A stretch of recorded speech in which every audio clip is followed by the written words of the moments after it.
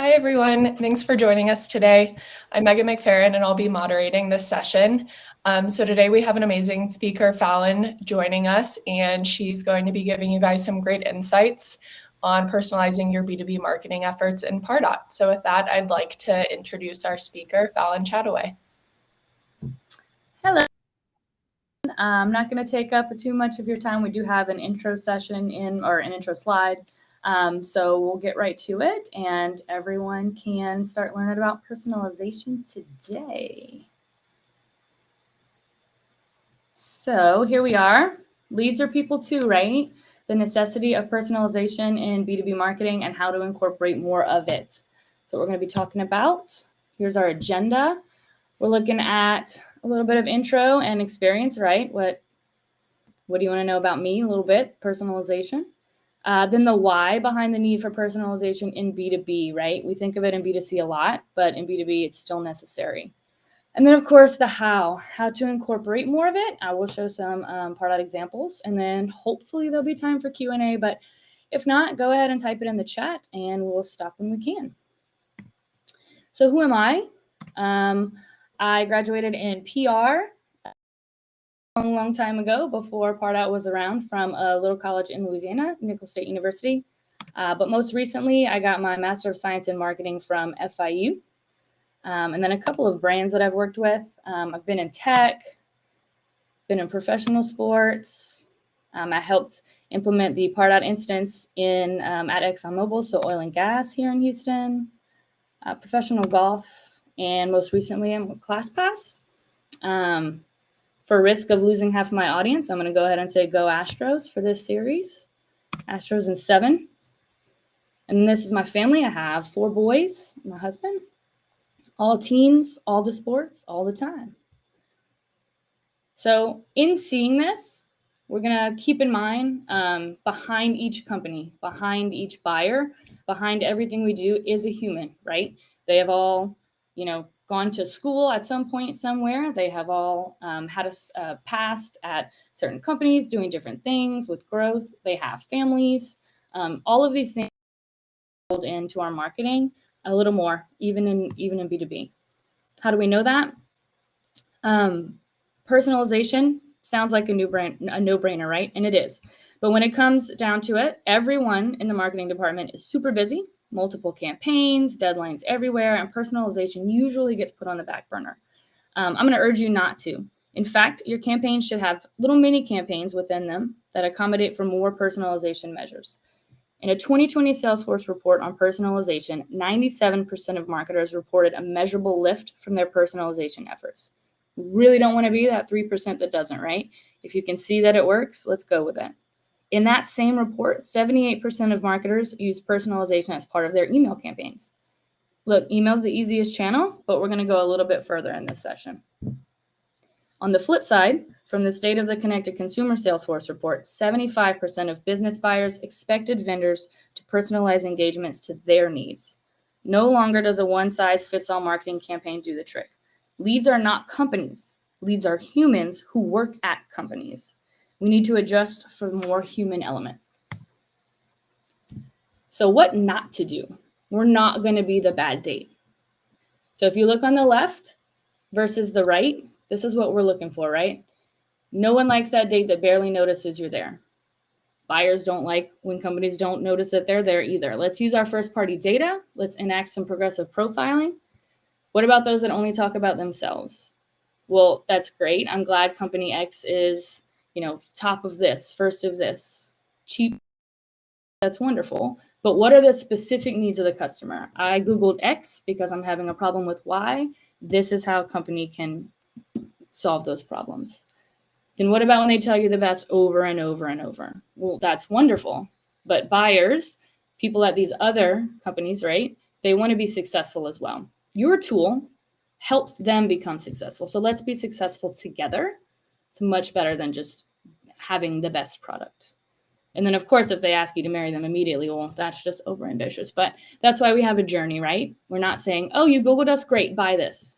No. We need to give them some reasons why, according to what they need. So let's not be the bad date.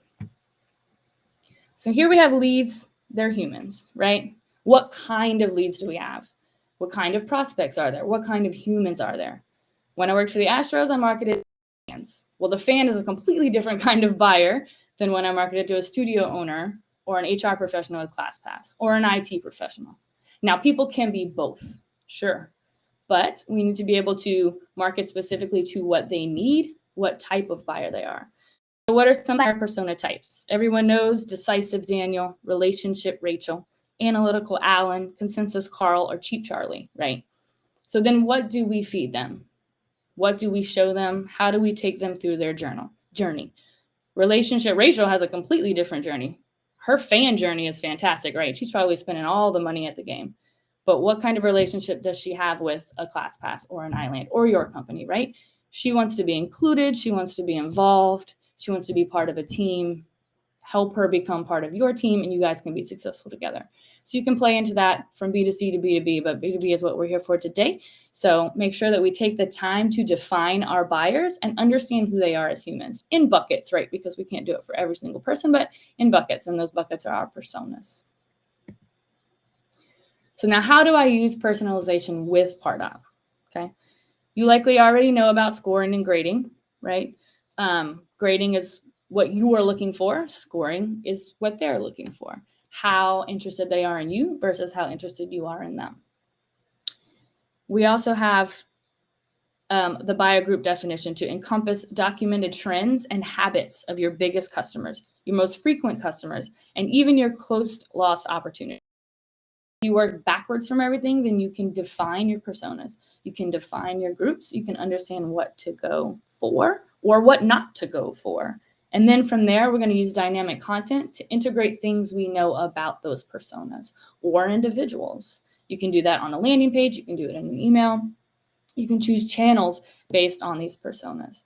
We're going to look at campaign assignment and the asset effectiveness, right? If you make your assets visible in your campaigns, you can give them attribution, and then you can see which ones actually lead to close won opportunities. Not just which ones look the best, not which ones highlight what you think your most important product is, but which ones actually result in close won opportunities. We're going to go over engagement-based follow-up as well. Not follow-up because this is what our campaign says we have to do. An email after 3 days, an email after 5 days, an email after 7 days. That's great. But if someone's engaging more, personalize that journey for them. If they're engaging less, maybe don't send them so much, right? Or send them something on a different channel or adjust to their needs. We're going to go over progressive profiling, journey mapping specifically, and a solution-based content. Not just content that hits the bullet points, but solution-based content based on what someone is looking for individually, as well as sales call understanding and integration. Marketing doesn't stop with the MQL or the SQL. It goes all the way through, right? So we're going to pull that in as well.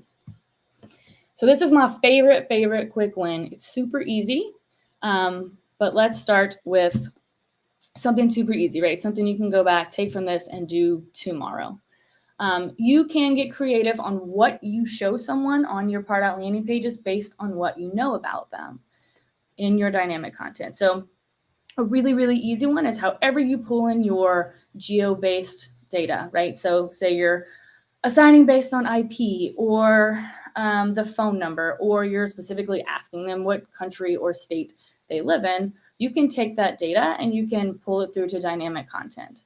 When they load a landing page, when they go to wherever your destination URL is, if state equals Texas, right? Your H1 says howdy or welcome back, y'all.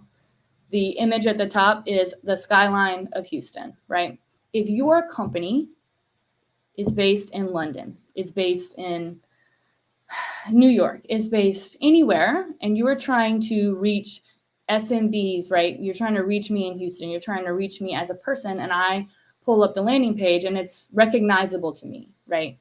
It's the Houston skyline. It's home, right? I can associate home with what you're offering. Your company still has all of the, brand wonderment that the name brings, but it brings a little bit of home to me. So I can see that you speak my language, right? Howdy, welcome back, y'all, something like that. If, the city says Boston, you ask for city, then you say, I don't know, something that someone in Boston would say. I've only been there once, but wicked good to see you again, or whatever you all say. If you're in the Midwest, right, you can do based on a certain, string of states, and then you can say something there or show something recognizable there. That way everyone can really take your brand name and apply it to me at home. How do I relate to this company in a way that I remember them, in a way that speaks to me individually? So this is a very easy win. Now let's look at some engagement-based follow-up. Tags. Use your Pardot tags. You can apply as many as you want to someone that will really, really, really end up defining your personas when you look back. If you're looking at a closed won opportunity or a closed lost opportunity, and you want to go back and look at the tags associated with them once you have it set up, it should basically define what kinds of things they looked at, what kinds of things they interacted with, what persona did you end up assigning them, and did they follow that? And it'll give you a great map for going forward. So what I like to do is watch the asset performance over time and understand which buyers look at and act immediately after specific types of content. You can either use last touch attribution, or you can make an engagement studio that will show you exactly what was fed to them, so you can see at what point they were removed by closed won opportunity and attach it there.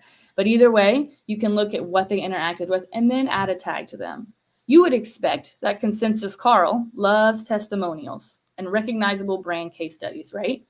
And that Cheap Charlie wants to know how much money your program is going to save him, or at least what discount he can purchase it at.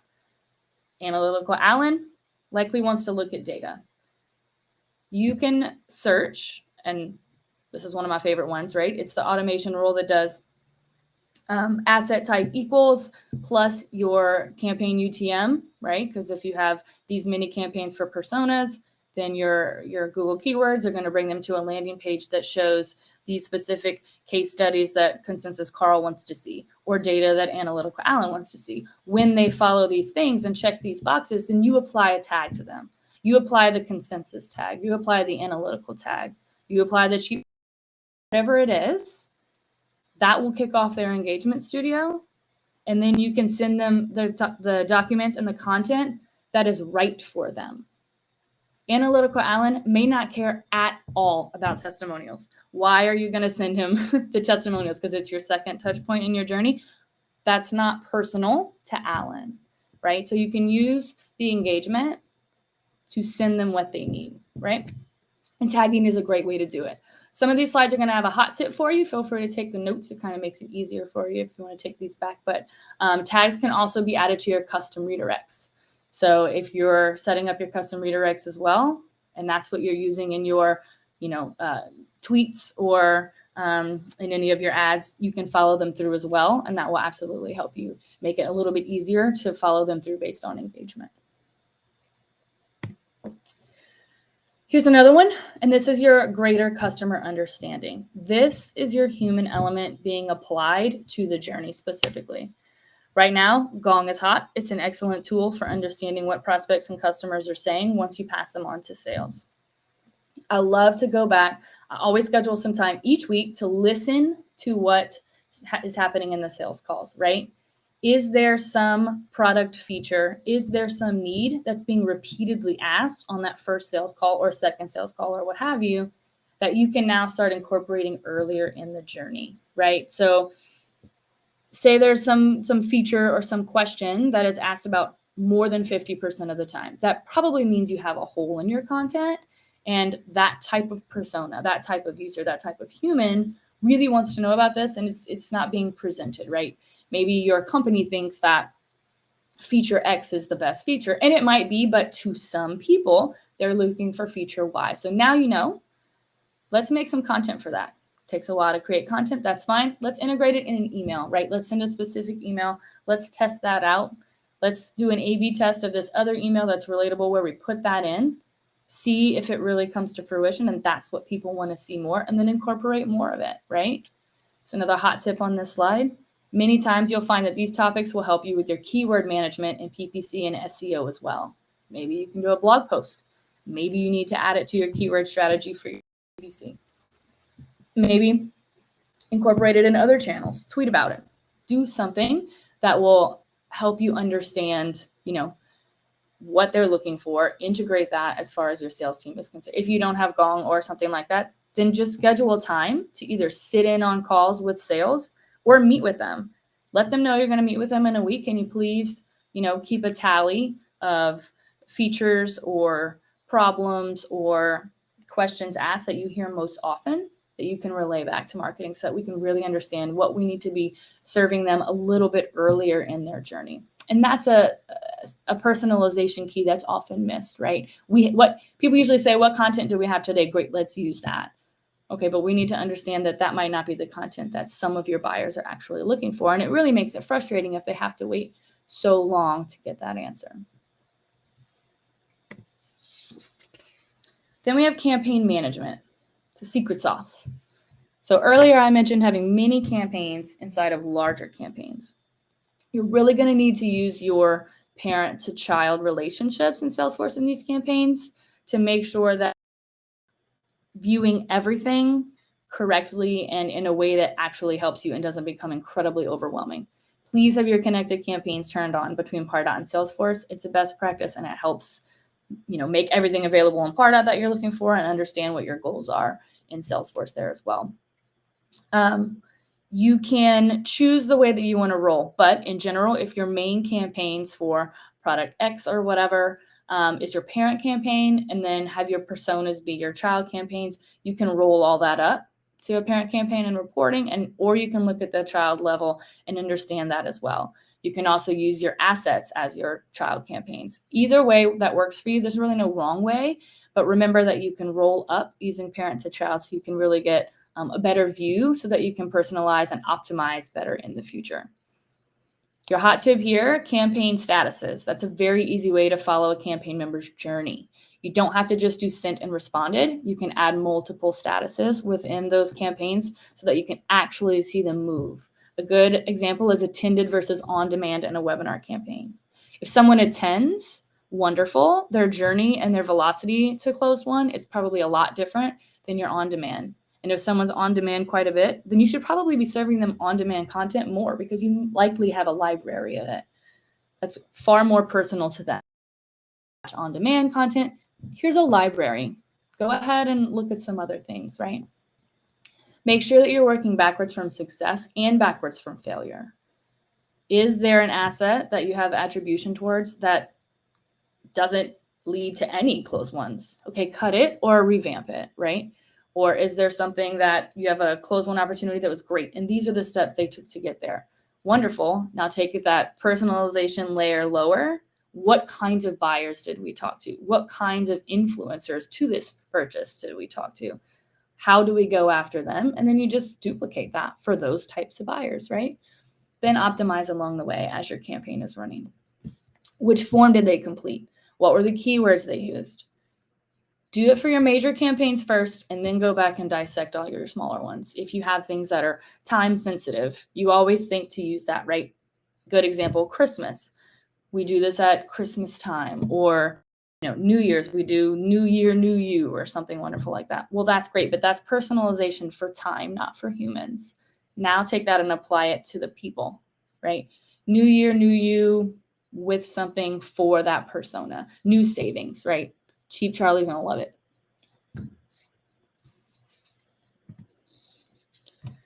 Now we're here looking at personal, not just personalized, right? Personalized is, hi, first name. I noticed you looked at content name.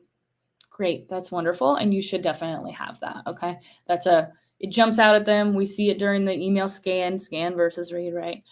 But what else makes it specifically for me that's personal? That's connecting with a prospect on a level that ensures you understand their needs and how you can help them achieve goals together. They want to be the hero in their own story. Your product can help them get there, but let's do that together. And that's personalized emotional connection. So how do we do that, right? Progress. I'm going to assume that at some point in time, many of your prospects came through via other form, a LinkedIn form, a Facebook form, Instagram, wherever you're using them, a third-party site, an event, anything where you already have their information when they come in. By the time they get to your landing page, by the time they come back to look at some other document, By the time they want to register for a webinar, whatever it may be, if you already know basic things about them, first name, company, email, whatever, don't ask that again. And don't give them nothing to answer. That sounds counterintuitive, right? Not having a gate. But if you're going to have a gate, then ask them something that's actually helpful and personal, right? Something like, what's the biggest problem you're up against right now that our products can help you with? Give them a drop-down list of the main things that you can then use to look at the tags, and then send them information that actually helps with what they're trying to achieve. Something that is of value, right? You can also progressive profile to break it down, right? I'm assuming you all use something like if country asks state, if state asks city, right? And those are basic, and that's wonderful, but that's still not super personal. Personal also includes value to them. Usually it's two-way value. So ask them about, what are your biggest professional goals? What can this tool help you with most? What do you need to achieve your goals? What are the hurdles to achieving those goals? Is it budget? Is it integration? Is it whatever it may be, your pain points that your product, your objection handling should be able to tell you what these are, right? So when you sit down with your sales team, ask them what objection handling they use, and you can incorporate those into it. Aside from handing off far more information to your sales team to make that sale quite a bit easier, it also helps you during the journey in your engagement studio to show them exactly what they're looking for and how you can, help them jump those hurdles and achieve those goals. And progressive profiling is a great way to do that. Fields that bring in value, not just generic data. As a marketing ops person, I don't know how many of you are on this call, but I try not to say no as many times as we have to say no. Instead, we ask the questions, right? So, hey, can we have these 12 new fields? This is a request. Okay, which of these provide value? Which of these can wait further down the journey? Which of these are necessary at this point? But always looking at value, right? What question does this answer?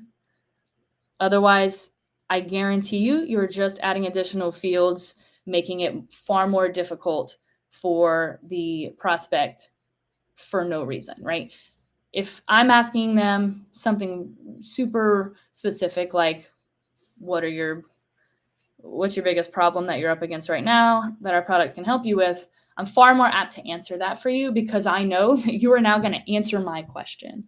If I'm asking how many people are at your company, no, use your LinkedIn connector for that. You don't need to, or some sort of data enrichment program. You don't need to ask them that, and that doesn't help them in any way to, either yourself or the prospect. So always wonder, what's the value? And then we can bring it all in, right? So there's a whole wide world out there. Make sure you're meeting your leads where they are. This is your channels as well, right? So, depending on where you work, depending on what's going on in the world, depending on what you offer at your company, making sure that you can tie it in with these humans where they are is great. Do you use cross-device tracking? What percent of your prospect database is on mobile? What percent uses an app or your app, right? How do I tailor content? How do I tailor messaging to meet them there? If all you have are ebooks or white papers, is that mobile friendly?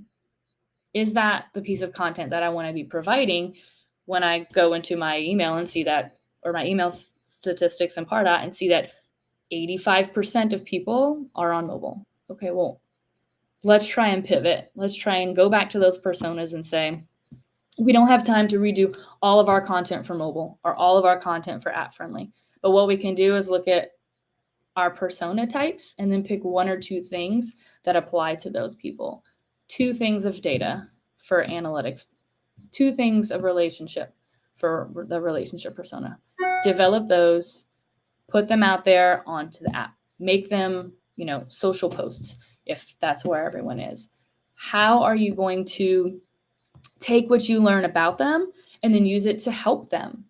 Helping them helps you, right? Help me help you. So go back and look. Also, just ask them, right? What do we do? Sometimes it helps us, but it helps them too. But you have to make sure you follow through, which is, what's your favorite way or what's the best way to contact you?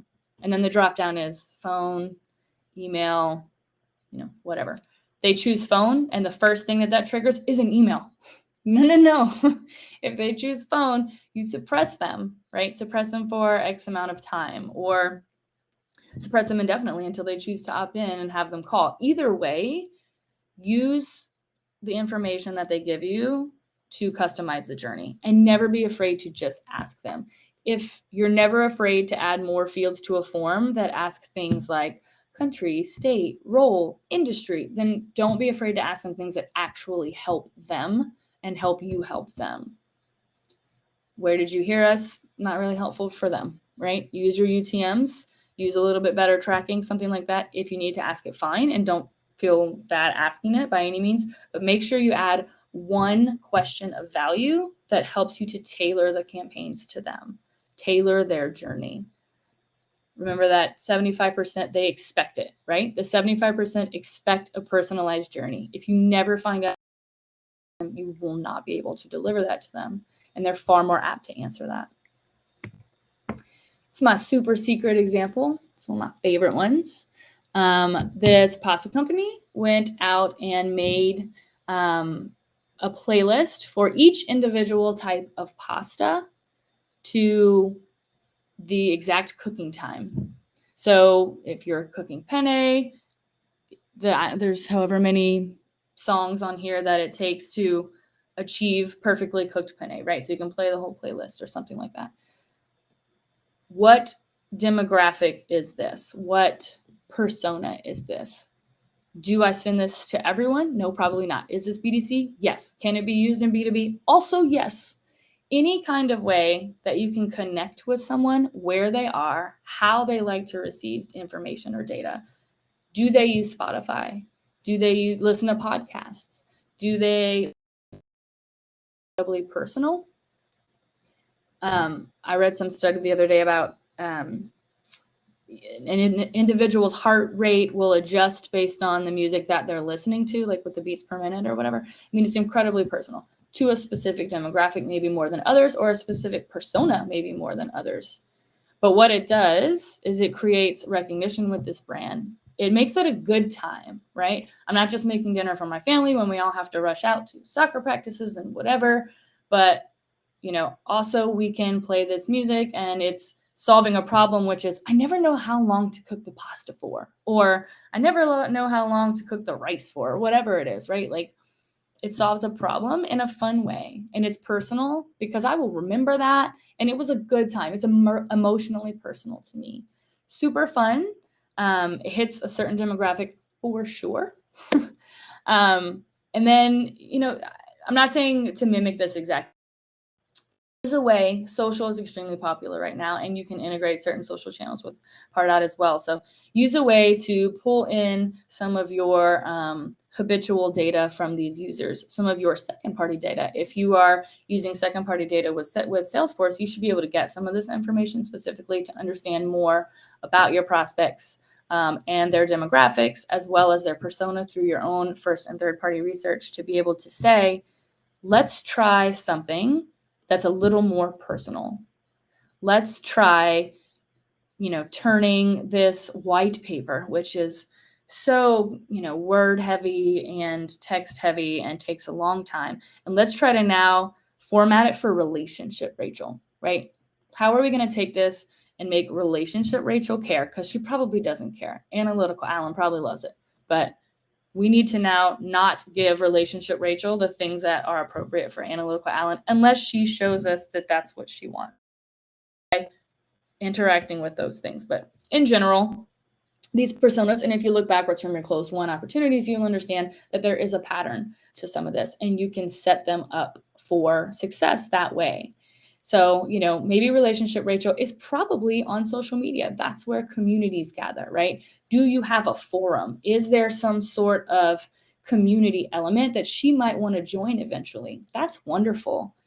Pull a couple of key things out of that white paper that you think she also needs to know based on the product, but then make it a way that she can also join a community, that she can reach out to others like you, that she can understand that those things have been beneficial to others just like her.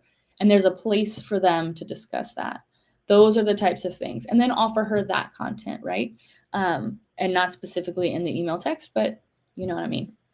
Then when she clicks on that CTA in the email and it takes her to the landing page, you see that she lives in Houston, and that landing page has the Houston skyline at the top, and it says, "Howdy, Rachel." Wonderful experience, right? I'm personalizing it to her and her needs, offering her what she needs. Meanwhile, her competitor is doing the old, same old, same old. "Hi, Rachel. We noticed you clicked on content name." Nothing for her. Well, that's not what she's looking for. That's not her persona. That's not what drives her over the finish line. So using, stepping outside the box a little bit and understanding that it's 2021 and the amount of marketing messages that individuals are receiving, both B2C and B2B, is astronomical. Finding that way, that one thing that's going to set you apart for those people individually are different, right? You don't have to have the best motto or tagline or whatever. You just have to reach the subsets of individuals the way they want to be reached. That's personal and personalized. So hopefully we have a little bit of time for some Q&A. If anyone has some, I will give time for that now. Unfortunately, with this presenter screen, I can't see any chat. So if there was chat, we can probably get into that as well. But you can reach me on LinkedIn here. It's just /Fallon Chataway. And then if you want to read more on a lot of this stuff, I do have a blog on marketingwithfallon.com. And there's a form there as well. So you can fill it in if you have specific questions, and I can get back to you that way as well.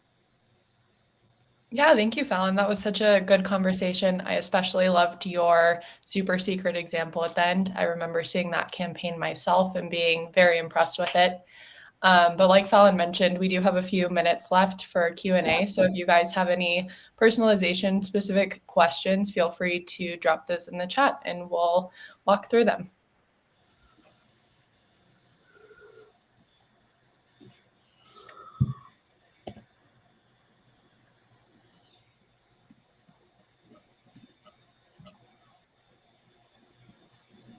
Oh, look at these questions. All right. What do we have? Let's scroll. All right. The materials for the session, that one, 2 hours after it's going to be posted. And there are some links in the to the reports, specifically in the slides that you should be able to get to. Yep, exactly. They'll be posted on the same session page. The question about landing pages. So you can do both, but websites are quite general. And the difference between websites and landing pages that are most effective are most times landing pages do not have a navigation. So what happens is you're sending them to a page that will specifically get them to convert, to fill out those form questions with that progressive profiling, etc. If you just send them to the website, the chance that they get lost in the navigation or reading this or doing that and never actually filling out your form at all means that you likely don't get their email and they never become a prospect in your instance at all. So if you can send them to a landing page first and get their information, their email. Usually you only need to ask for email. You can code most of the rest of the things in there to bring in where they're located, but at least their email, you can ask them that one additional question, right? How can we best help you? What do you need? With those two pieces of information, then you can start sending them to a website where it's not such a barrage of information and, all of these questions that they may have. And maybe I saw something that didn't apply to exactly what I was looking for. And that becomes the difficult part. If I Googled how to, and then put in something specific, when you send them to a landing page, you answer that specific question. If you just send them to your website, what are they going to see? Lord knows, right? It could be anything. So when you send them to the landing page, they specifically get to see that. Plus, you can enact that dynamic content there to be able to offer them specific things and kind of tailor it to them. What else?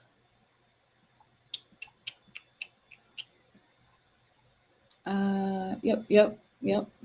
Good conversation. Sean, Courtney, love it. Yep, landing page short term.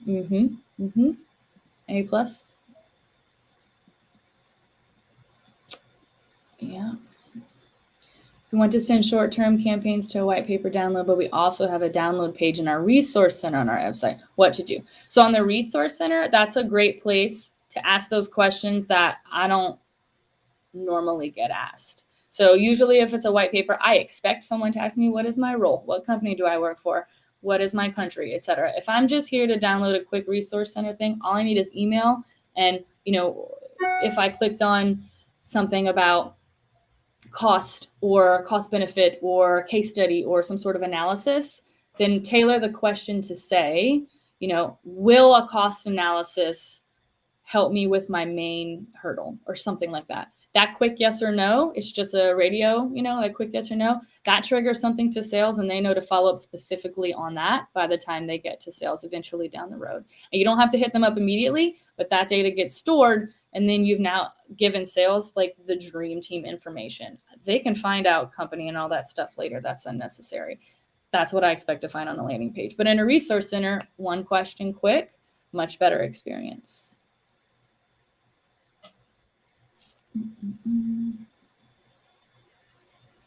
Awesome. It looks like those were all of our questions. So thanks, Fallon, for helping answer those.